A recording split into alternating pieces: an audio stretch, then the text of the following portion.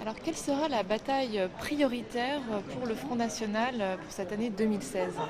Le Front National va mettre à profit cette année 2016, qui est une année sans élection, c'est assez rare en France, pour à la fois consolider son organisation, faire en sorte que Marine Le Pen dispose pour 2017 d'un maillage territorial très complet de cadres et d'élus du Front National sur l'ensemble de la France. Et c'est aussi l'occasion pour nous de mettre en place notre dispositif pour les élections législatives qui suivront immédiatement l'élection présidentielle. Et puis nous avons une autre priorité qui est plus vaste mais qui est très importante, c'est de lever les réticences, les ambiguïtés, les incompréhensions qui font que certains ne votent pas encore pour le Front National, leur montrer que le Front National, plus que jamais, c'est le rassemblement du peuple français et la défense de la France et de son peuple face à des élites qui les ont trahis. Alors, au sein du Parlement européen, est-ce qu'il y a des dossiers que vous allez suivre plus particulièrement? Il y a beaucoup de sujets au Parlement européen qui viennent en amont des débats politiques nationaux, puisqu'aujourd'hui, malheureusement, l'Assemblée nationale française en est réduite pour l'essentiel à transposer dans le droit français des directives européennes. Donc nous sommes ici nombreux avec nos partenaires européens au sein des institutions européennes pour anticiper les mauvaises tendances et les mauvaises décisions qui sont concoctées à Bruxelles. Il y a un chantier qui reste prioritaire, c'est bien sûr la question migratoire.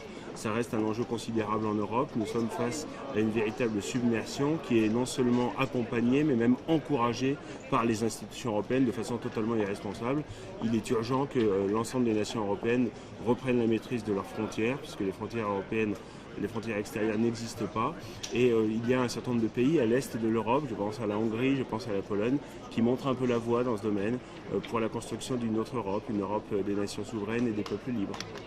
Alors justement, il y a eu des débats ici sur l'état de droit en Pologne pendant cette session plénière. Quel est, selon vous, le bilan de ces débats, justement?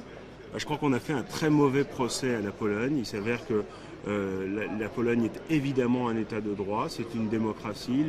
Les urnes ont récemment parlé en Pologne et les résultats sont absolument indiscutables et le scrutin s'est passé dans d'excellentes conditions du point de vue de la démocratie.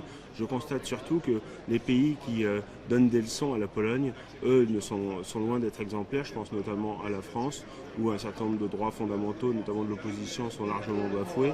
Donc on ne peut pas dire qu'aujourd'hui, ceux qui donnent des leçons de démocratie soient les meilleurs élèves dans le domaine.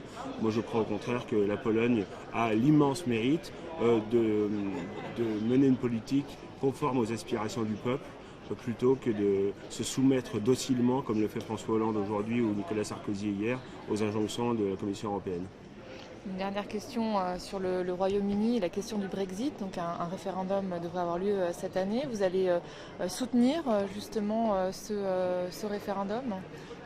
Par principe, nous ne faisons pas d'ingérence dans la vie politique des autres États membres de l'Union européenne, mais nous sommes favorables au référendum, c'est-à-dire à la voix du peuple qui s'exprime et qui ensuite doit faire autorité. Il est absolument scandaleux de voir que parfois, ça a été le cas en France en 2008, le Parlement national fait adopter une décision qui a été rejetée par le peuple par référendum. Donc je crois que ce sont les Britanniques qui doivent décider de leur destin. Et aujourd'hui, c'est vrai, ils font le constat, que font beaucoup d'autres en Europe, que cette Union européenne dessert leurs intérêts. Moi, je crois qu'aujourd'hui, il faut non pas forcément sortir brutalement de l'Union européenne, mais réorienter totalement l'Union européenne, renégocier totalement les traités et faire en sorte que la souveraineté des nations soit au cœur de la construction européenne. Ce n'est pas le cas aujourd'hui.